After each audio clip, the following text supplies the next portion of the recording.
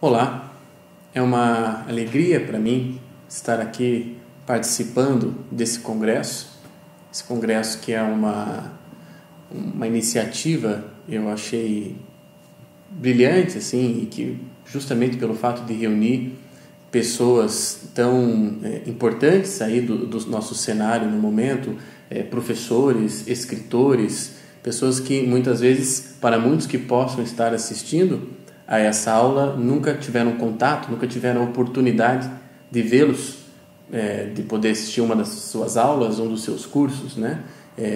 Fico muito honrado de fazer parte deste hall de profissionais aí e de vocacionados em alguma medida para a literatura, todos apaixonados por literatura de alguma forma, alguns como escritores mesmo. Fico extremamente honrado em fazer parte dessa lista de pessoas que está aqui durante esta semana, estará aqui durante esta semana, para falar de literatura, para falar das suas próprias experiências pessoais com a literatura e da mudança que a literatura fez nas suas vidas, em cada uma das suas vidas, como fez na minha também.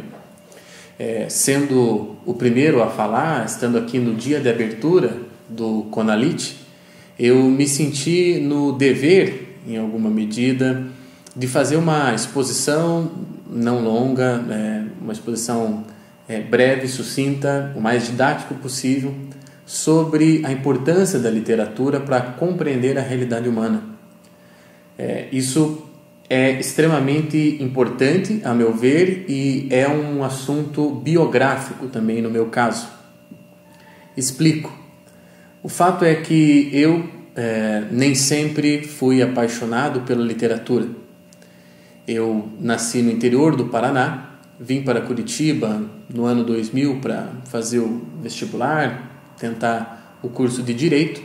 Acabei entrando no curso de Direito, tive uma formação técnica, portanto, a formação jurídica, e ao longo da faculdade de Direito também ingressei na faculdade de História, na Universidade Federal do Paraná. Não cheguei a concluir o curso, mas fiz o suficiente também para entender um pouco a situação do ensino público e perceber que a licenciatura ou a vocação para professor era justamente a minha praia. Só não era ali na universidade pública, mas eu queria dar aula. Isso eu tive certeza no momento que eu pisei na universidade. Quando eu estava para sair da universidade, eu ouvi falar do Olavo de Carvalho e conheci a Luciane Amato. Por meio dessas duas pessoas é que eu fui realmente apresentado à literatura. E essa apresentação à literatura, ela, no primeiro momento, não me causou grande interesse. Preciso fazer essa confissão aqui, confessando a minha própria ignorância, de que eu não me ative aos conteúdos, às dicas, aos conselhos que tanto o Olavo quanto a Luciane reiteradamente davam em suas aulas, a Luciane em aulas particulares, sobre a importância da literatura, o que ler, o quanto aquilo me faria bem. Enfim, eu fui protelando aquilo o máximo de tempo, até que um dia, enfim, meus olhos se abriram e eu, por necessidade, já me sentindo esgotado nas minhas possibilidades de vida, não enxergando destinos possíveis para mim, tive que ceder à literatura, um pouco resistente ainda no começo, mas acabei cedendo. Essa é a minha história com a literatura. O meu encontro com a literatura não foi um encontro de um apaixonado à primeira vista, não foi um encontro de alguém que, enfim, tivesse cultivado isso desde a infância, ou pelo menos da adolescência, ou tivesse tido professores na universidade, ou, enfim, em alguma outra fase ali que tivesse proporcionado isso e tivesse me apaixonado. Eu tive que ser conquistado pela literatura e tive que alcançar dentro de mim um certo desprendimento com crenças que eu cultivei durante toda a minha vida, até aquele momento, eu tinha já meus 20 e poucos anos, crenças de que aquilo era uma perda de tempo. Essa é a grande verdade. Uma perda de tempo porque eu queria ser filósofo, eu queria ser professor, eu queria poder discutir Santo Agostinho, eu queria poder discutir Luiz Lavelli, eu poderia e queria falar de outras coisas e literatura, eu deixaria para aqueles com vocação artística. Então toda essa ignorância foi se desfazendo à medida em que eu me deixei penetrar pela literatura, o mundo da arte, por assim dizer, que se abriu para mim e para o qual eu comecei a me abrir também. Talvez por isso, depois de alguns anos, depois de várias leituras, depois de conhecer autores, escolas, movimentos, fases da literatura, de gostar mais disso, mais aquilo, ter uma preferência aqui ou acolá, depois de um certo tempo eu resolvi proporcionar a um grupo de alunos uma espécie de experiência de literatura, né? Uma experiência de leitura viva, como eu chamei, que foi o Clube do Livro. Então, já faz aí mais de 3 anos que eu tenho um fiel grupo de alunos que frequentam mensalmente esse clube, que a gente chamou de clube, né? Um jeito simpático de chamar. É um grupo que a gente se encontra, todos lemos o mesmo livro, eu escolho um clássico da nossa literatura, tanto da literatura brasileira quanto da literatura universal. Todos lemos o mesmo livro e aí temos uma aula, né? Eu profiro uma aula sobre aquele livro que todos leram e discutimos e partilhamos as impressões, etc., a respeito daquela leitura, do que aquilo suscitou dentro de cada um e que caminhos e que destinos foram abertos para cada um a partir daquela leitura.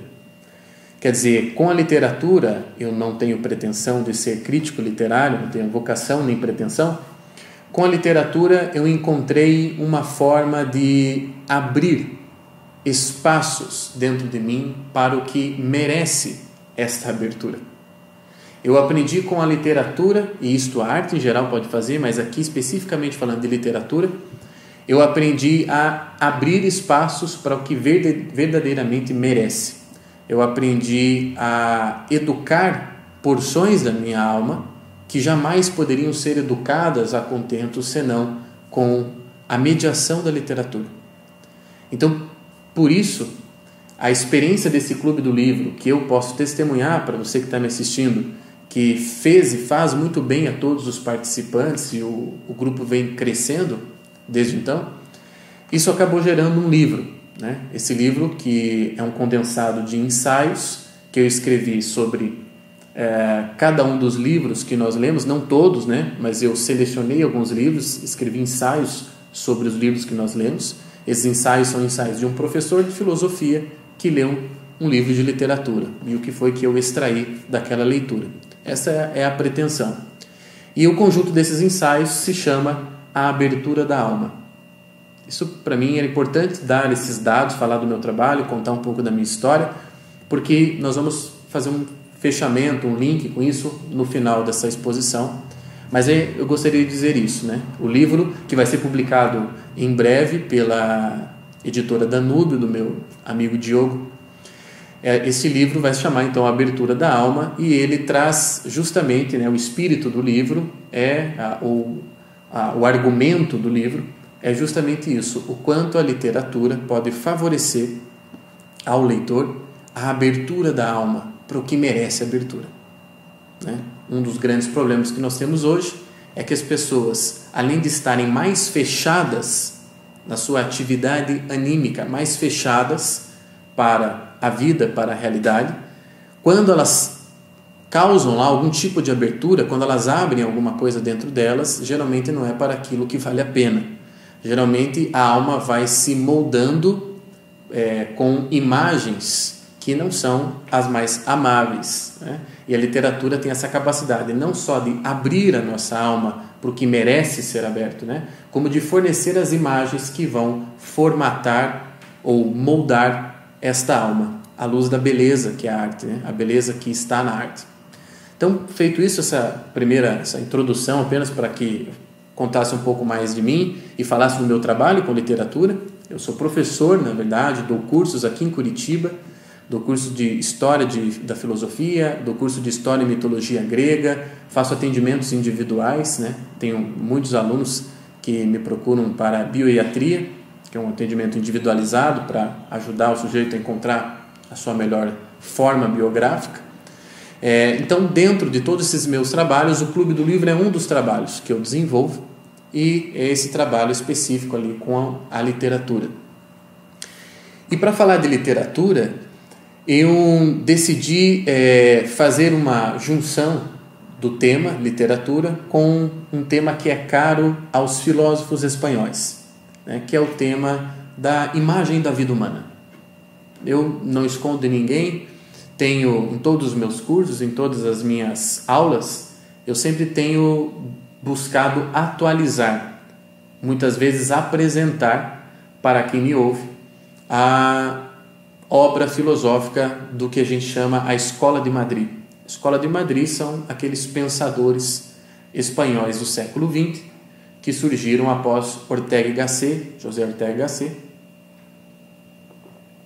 e que legaram não só à Espanha, mas ao mundo ocidental principalmente, legaram uma perspectiva sobre a realidade humana que me parece inédita até então. Até José Ortega y Gasset e seus principais discípulos, Julián Marías, por mim considerado o maior de todos, até ali inédita, essa perspectiva da vida humana inédita.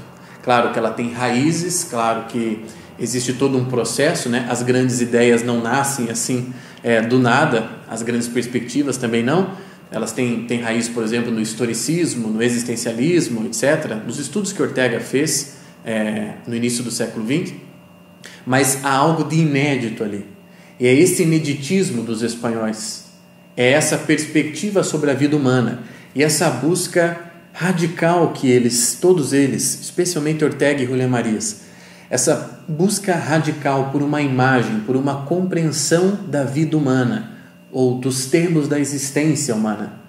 Isso me chamou a atenção. Isso, como professor, foi a coisa que mais me impressionou. De tudo que eu já li em filosofia, de tudo que eu já ouvi dos meus professores, de tudo com que eu tive contato.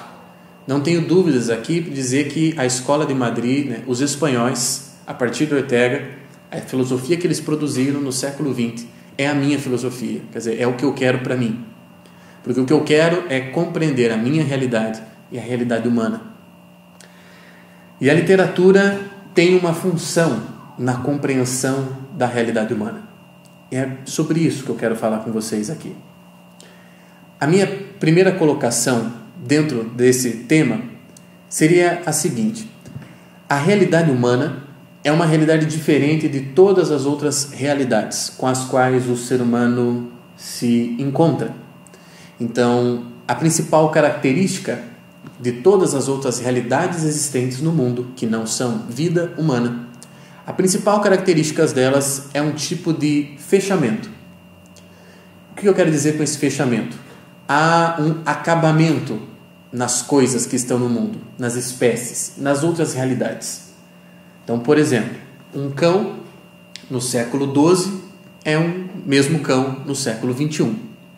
Quer dizer, cães não têm história, plantas não têm história.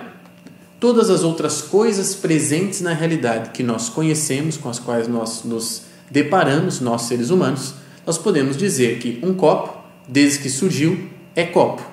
E copo não foi alterado em sua forma desde então. Existem copo grande, copo pequeno, são acidentes do copo. Mas o copo é o mesmo, desde que ele surgiu.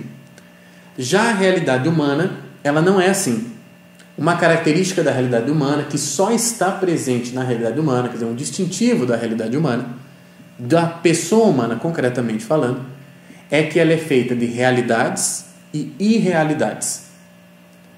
Há coisas, né? Porque há coisas em você que está me ouvindo, me assistindo agora, há coisas em você que são, ou parecem ser estruturais em você, né? Há coisas que sempre serão desse jeito, por exemplo, a sua condição sexuada. Sempre será assim, né?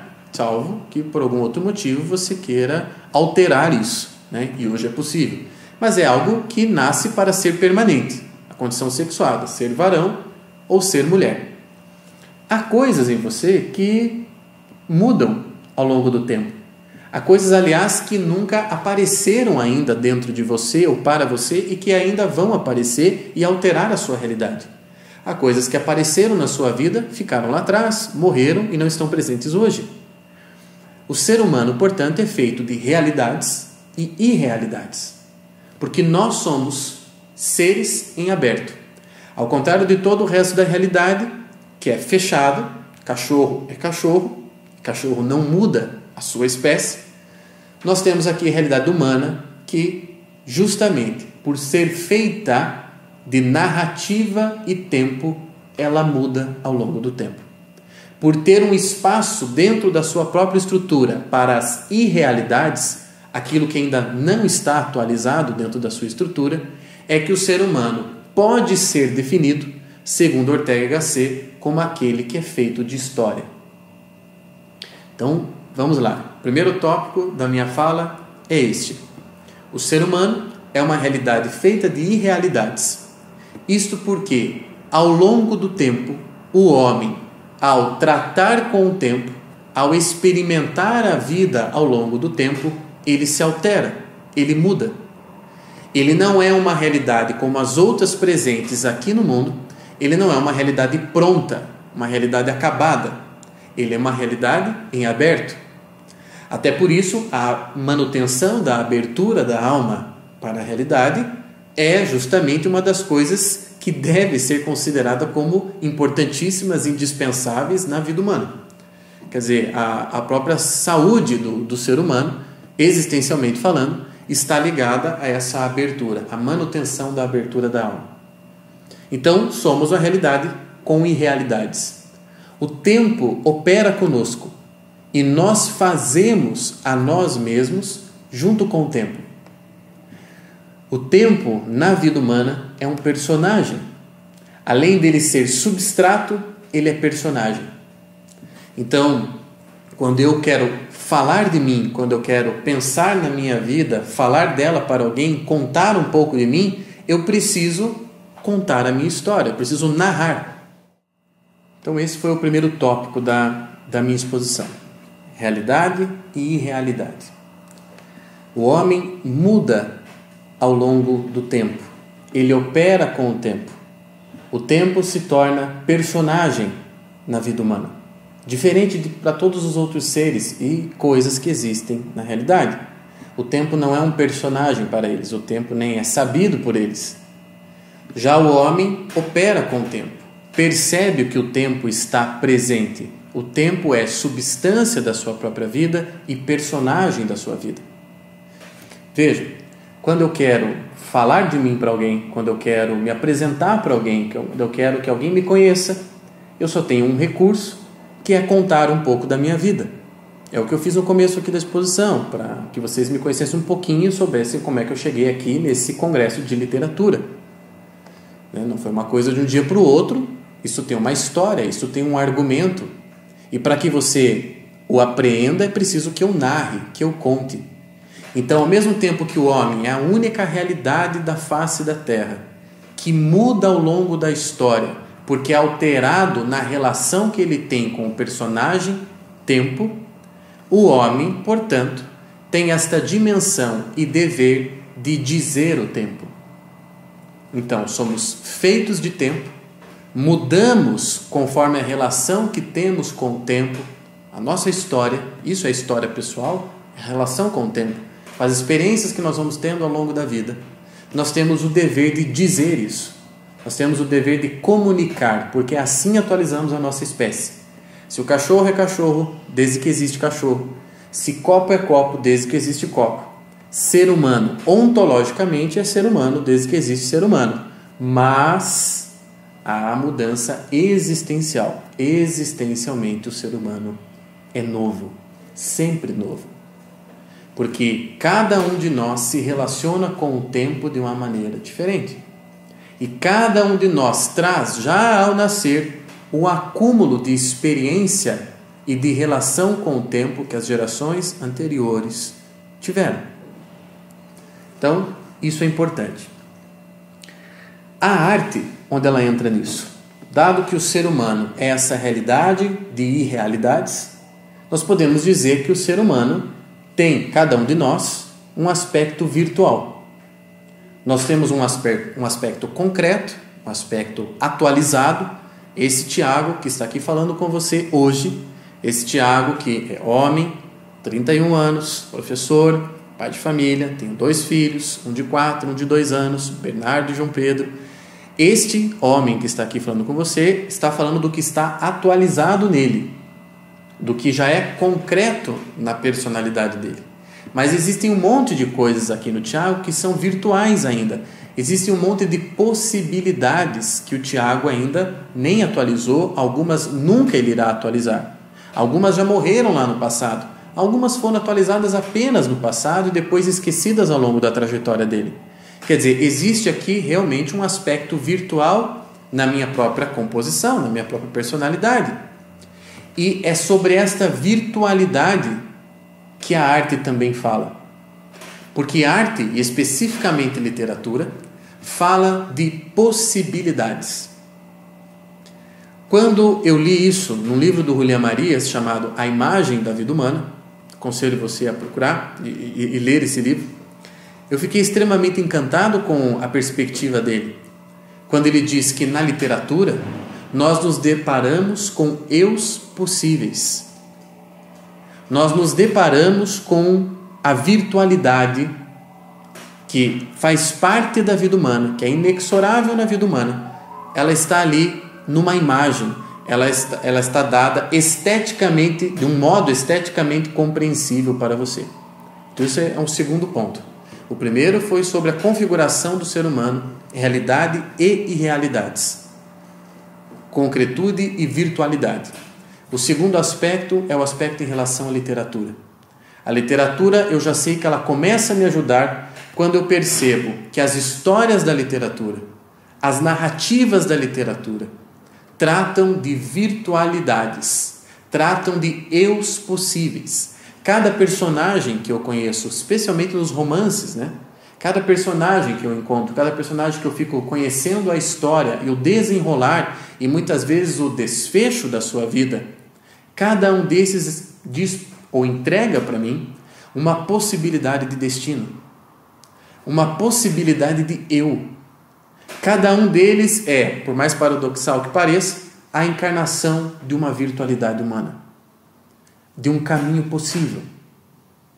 Nós vivemos hoje no Brasil, aqui especificamente, uma situação de miséria de imaginação, de pobreza de imaginação. Nós somos educados, a nossa infância, quem tem menos aí de 45 anos, foi educado com novelas da Globo.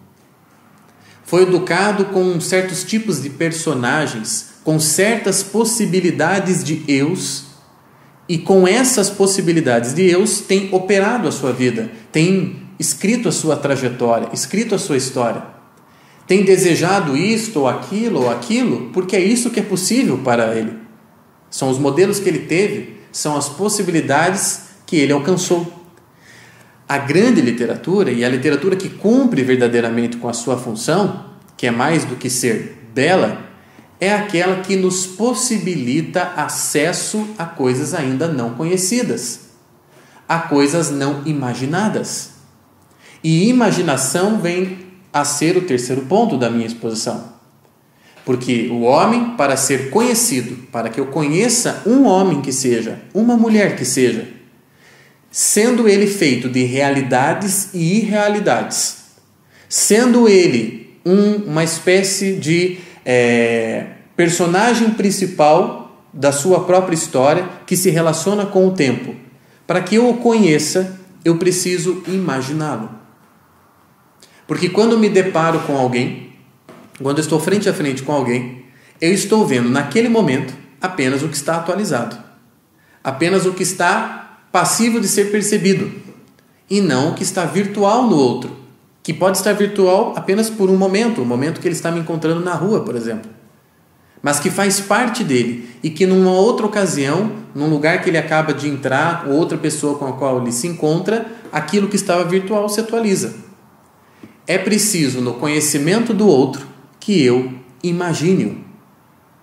Isso é uma das coisas mais fantásticas que a filosofia espanhola do século XX destacou para nós. O conhecimento da vida humana, de uma pessoa concreta, passa necessariamente pelo poder da imaginação daquele que quer conhecer, o interesse no outro e a capacidade de imaginá-lo. Agora veja, eu serei mais capaz de imaginar o outro eu serei mais capaz de considerar possibilidades sobre o outro, quanto mais imagens e destinos possíveis eu tiver dentro de mim, adquiridos não por experiência concreta, porque eu fui lá e fiz, mas porque eu adquiri, por exemplo, com a literatura. Se eu não consigo dizer por que fulano fez tal coisa, talvez esteja faltando um pouco de imaginação. Se eu não consigo encontrar as raízes motivacionais do ato de qualquer um conhecido, um grande amigo, um parente, não consigo entender por que ele é daquele jeito, ou por que ele faz tal coisa, talvez não esteja me faltando lógica, talvez não esteja me faltando perceber alguma coisa, talvez esteja me faltando simplesmente imaginação. Ou seja, a capacidade de elaborar com imagens pré-testemunhadas.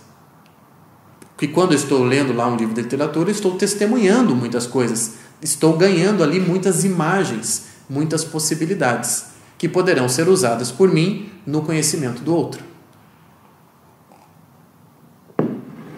Então, nesse sentido, a arte conflui realidade e virtualidade. E na compreensão da vida humana que é feita disso, ela se torna indispensável. Em outras palavras, palavras de Julián Marías, por isso a arte está inscrita na constituição metafísica da vida humana. Em outras palavras, não dá para ficar sem arte, não dá para ficar sem literatura. Os outros tipos de conhecimento, tidos como científicos, experimentais, esses conhecimentos não têm como, pela própria condição deles, pelos métodos que os configuram, eles não têm como captar a virtualidade de alguém. Eles não têm como captar as possibilidades, apenas o que está atualizado. É nesse sentido que a literatura funciona como uma verdadeira vitamina da imaginação.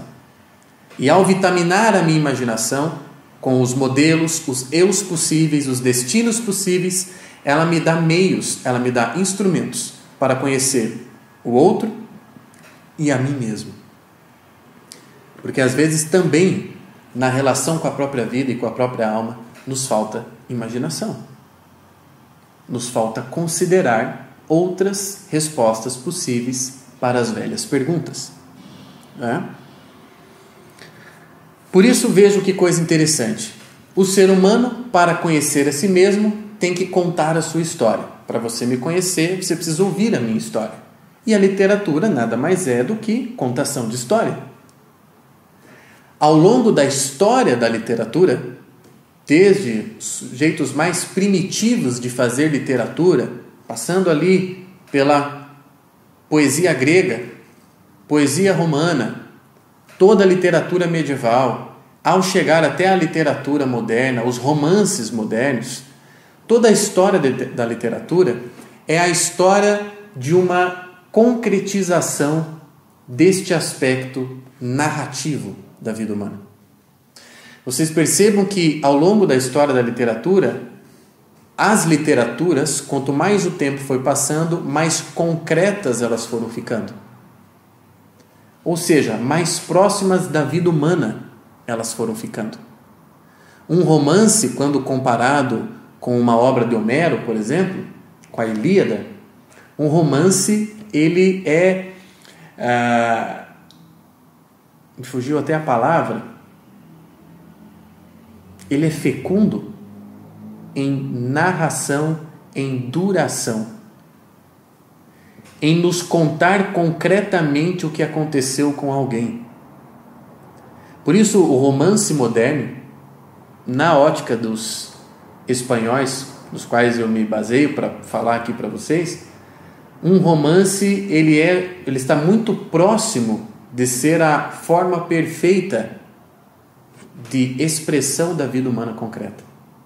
Porque se antes nós tínhamos expressões de aspectos da vida humana presentes nos outros tipos de literatura, no romance nós temos a duração de uma vida.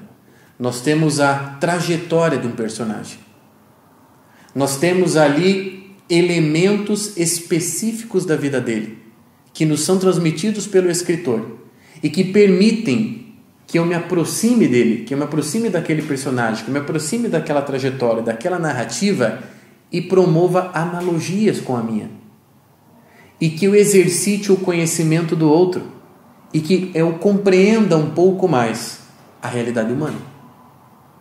Outra coisa que a literatura faz por nós. Feito isso, eu gostaria de dizer quais são as características mais fantásticas que eu considero da literatura, as características com as quais eu me encantei e que por isso eu a vejo como indispensável para a vida de qualquer pessoa que aspire um pouco mais da mediocridade em que nós estamos mergulhados nessa nossa sociedade de massas. Se a gente não quiser ficar padecendo de um padrão repetitivo de estilo existencial baixo, irônico, nós precisamos nos salvar a nossa própria alma, salvar a nossa própria vida, nos apegando ao que nos pode tirar desse tipo de lamaçal existencial que a gente está. E a literatura tem certas características que proporcionam isso. Então eu quero citar para você essas características. A primeira delas é que um romance, agora falando especificamente de romance, um romance é uma espécie de abreviatura da vida humana. Então, quando eu leio lá, por exemplo,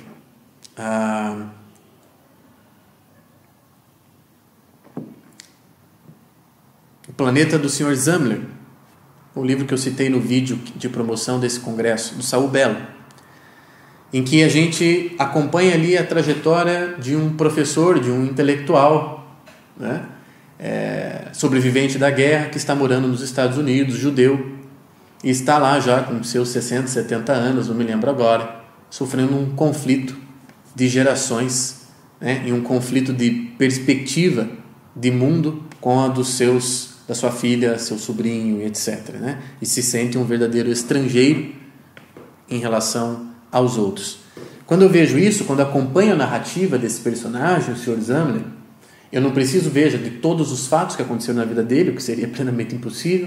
Eu não preciso de todas as fases da vida dele contadas para mim, e no livro não são contadas todas as fases da vida dele, a infância dele nos escapa totalmente, mas a magia do escritor, né, a maestria do escritor está justamente naquilo em que ele nos conta, ele nos abrevia e nos dá uma forma de vida. Essa forma de vida se torna um mapa, um esquema com o qual eu compreendo a vida humana. Eu não compreendo apenas o personagem, mas eu compreendo também os homens a partir do esquema que a obra literária me dá. Todo bom romance é uma abreviatura da vida humana e é um mapa de conhecimento da vida humana. Segunda característica, a vida, concretamente falando, a minha e a sua, ela é opaca e complexa, não é? Quem pode dizer que sabe tudo de si mesmo? Quem pode dizer que já conhece todos os meandros da própria alma? Quem não se vê surpreso com certas coisas que acontecem consigo mesmo, ou que faz e que não imaginava que fosse capaz de fazer, e de decisões a tomar, etc. Quer dizer, nós somos nebulosos para nós mesmos. Esse é um dos dramas da vida humana. Nós não sabemos tudo a nosso respeito e nunca saberemos, inclusive. Somos realidade feita de realidades. Então, nós escapamos a nós mesmos na nossa própria tentativa de autoconhecimento. E aí na literatura eu tenho uma clareza. Eu tenho justamente o contrário de opacidade e complexidade. Eu tenho a translucidez. Eu acompanho, por exemplo, o personagem de Crime e Castigo, Raskolnikov, e eu vejo, né? Eu percebo claramente o que está acontecendo dentro dele. Eu percebo claramente o jogo de tensões, eu percebo claramente a culpa, eu percebo claramente a redenção. É tudo tão claro em Raskolnikov, e não é claro em mim, é claro nele, porque ele é um personagem de literatura. Então, o que é opaco em mim, o que é complexo em mim, na literatura, nos personagens da literatura, é claro, é translúcido, é ordenado, não é caótico. Portanto, quanto mais exemplos como esses eu conheço, mais imagens dessas eu tenho, mais instrumentos eu tenho para compreender a minha complexidade, o meu caos. Porque eu me inspiro e eu tenho esses exemplos, essas imagens com as quais operar. Há também na literatura a característica da narrativa e do tipo de narrativa que a literatura introduz. E que, se o leitor for muito esperto, ele vai fazer muito bem com aquilo. Quando a gente conta a nossa vida, quando a gente conta a nossa história, nós temos dificuldade de fazê-la com ordem. Nós temos dificuldade de fazê-la com clareza, de selecionar as coisas mais importantes. Muitas vezes travamos nisso. Qual é o princípio de seleção para contar a minha vida? Porque eu não tenho como contar tudo o que me aconteceu. O que eu conto então? O que eu posso deixar de fora? O que eu não posso deixar de fora em hipótese alguma? Sob pena da pessoa não saber quem eu sou se eu não contar isso para ela. Que princípios de seleção devem operar na minha própria narrativa? Eu não sei. Existe esse elemento caótico na própria narrativa. E na literatura não. Na literatura há a ordem. Nós podemos falar de Moll Flanders, nós podemos falar daquela personagem, porque a narrativa que é feita da vida dela é ordenada. E a ordenação dessa narrativa ordena a minha. Eu aprendo com isso. Então essa é outra característica indispensável da literatura. Eu posso diminuir o meu caos narrativo. Eu posso conquistar princípios de seleção mais seguros quanto mais narrativas ordenadas eu conhecer. Quanto mais personagens de literatura em que eu perceba a tensão, o argumento, o drama, o que é vital para aquele personagem, que na literatura está claro. A narrativa da literatura, de maneira ordenada, ordena a minha, me ensina a contar a minha história. Nem todos os livros de filosofia do mundo não vão fazer isso por mim e por você. Nem que a gente leia a obra completa de São Tomás de Aquino, nem que a gente leia toda a obra do Olavo de Carvalho. Não vai adiantar. Nós precisamos dos esquemas, nós precisamos dos modelos, nós precisamos da literatura. Nós precisamos da ordem narrativa que está lá, para que eu conquiste essa ordem para mim, para que eu saiba contar uma vida como o escritor contou a história de um personagem, para que eu saiba contar a minha. E por fim, a literatura é uma espécie de ensaio da vida para o leitor. Veja, isso nos é permitido. É uma graça, na verdade. Nós podemos ensaiar os nossos destinos, imaginando.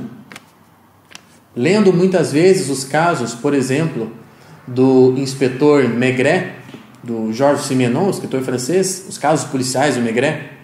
Quantas vezes eu não me deixei levar ali e pensar: puxa, se eu fosse um investigador, como eu seria? Se eu tivesse essas características do Maigret? E se eu fizesse as coisas assim também? E se eu resolvesse coisas na minha vida como ele resolve? E se eu tratasse a minha mulher como ele trata a senhora Maigret? Sem que eu tenha que tratar. Eu apenas concedi isso como possibilidade para mim. Eu ensaiei enquanto lia. Ensaiei um destino possível que só se abriu para mim porque eu estava lendo aquilo e estava lendo com a alma aberta. Então, a literatura serve sim como um ensaio para o homem.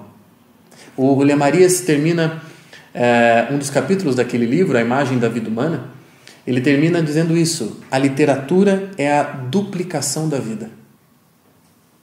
É riqueza, é ganho, nunca é perda. Só é perda se não for literatura, se for qualquer outra coisa tentando ser literatura, e eu não preciso dar nomes aqui para vocês. Mas a literatura sempre é ganho, sempre é duplicação, sempre é acréscimo de vida. Basta que o leitor esteja atento e esteja de alma aberta diante do livro que ele está lendo. Essa era a contribuição que eu gostaria de ter feito para vocês, para o pessoal aqui do Congresso. Agradeço imensamente de novo o convite e a todos vocês que estão assistindo essa palestra. Há 5, 10 anos atrás, se alguém me dissesse que eu faria parte de um congresso de literatura como professor, eu certamente não acreditaria ou não consideraria essa possibilidade para o meu destino. É preciso que o homem tenha essa humildade, né, de revisitar sempre a sua própria história, a sua própria vida, para de novo resgatar os destinos que são possíveis, que não eram antes, que passam a ser agora, os que não são mais possíveis, para que ele continue antecipando, imaginando, projetando a própria vida. Não há outra cura para a depressão ou qualquer mal-estar com a existência humana. Esta é a cura. É a cura da instalação na estrutura da vida humana, na irrealidade da vida humana. E nós temos um instrumento para isso. Nós temos um instrumento seguro, eficaz e dos melhores que pode haver, que é a arte, especificamente a literatura. É isso que ela tem feito na minha vida e eu desejo que ela faça isso na sua também. Que você conheça os possíveis, que você alargue seus horizontes, que você, enfim, possa imaginar para você o que antes não fazia parte do seu horizonte de consciência. Então, me despeço, agradeço e até uma próxima oportunidade. Obrigado.